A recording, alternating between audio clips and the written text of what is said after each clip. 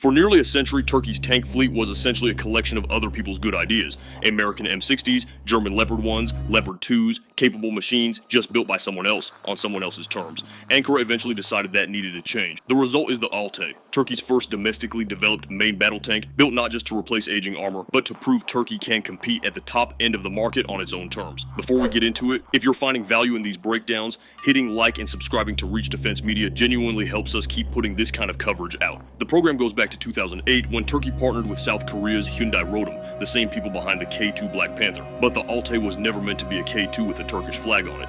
Aselsan, Roketsan, and MKE came in to redesign large chunks of the vehicle around Turkish requirements, their own armor, electronics, fire control, and active protection. The partnership gave Turkey a serious foundation. What they built on top is distinctly their own. Firepower starts with a 120mm 55 caliber smoothbore cannon, fully NATO compatible, accurate on the move, with digital fire controls that handle range, wind, temperature, and target motion almost instantly. Hunter-killer capability lets the commander line up the next target while the gunner finishes the current one. In a high-intensity engagement, that time savings is significant. Protection goes beyond composite armor. The Altay carries AKKOR, Turkey's indigenous hard-kill active protection system that tries to destroy incoming missiles and RPGs before they arrive, rather than just absorbing the hit. On a battlefield increasingly defined by guided munitions and drone-launched warheads, that distinction matters more every year. Laser warning, NBC protection, fire suppression, an isolated ammunition compartment, and a remote weapon station round out the survivability package. The electronics are arguably the strongest part of the whole vehicle. Aselsan built in a fully modern digital architecture,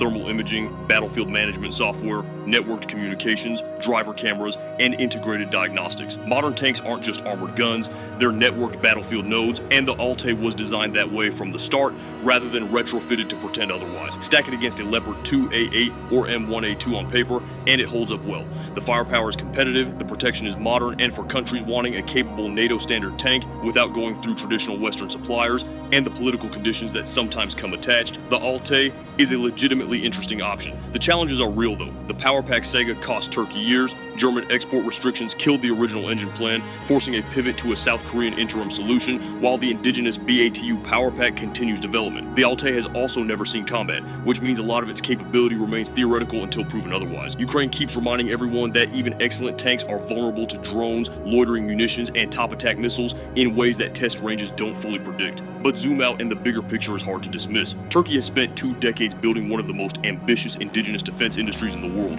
Drones, warships, missiles, fighter aircraft, air defense systems. The Altay is the most complex entry on that list yet, and it's actually in production with deliveries climbing. Most countries never get close to building their own main battle tank from scratch. Turkey did. Where it goes from here is the interesting question. Ensure you subscribe to Reach Defense Media for more content like this.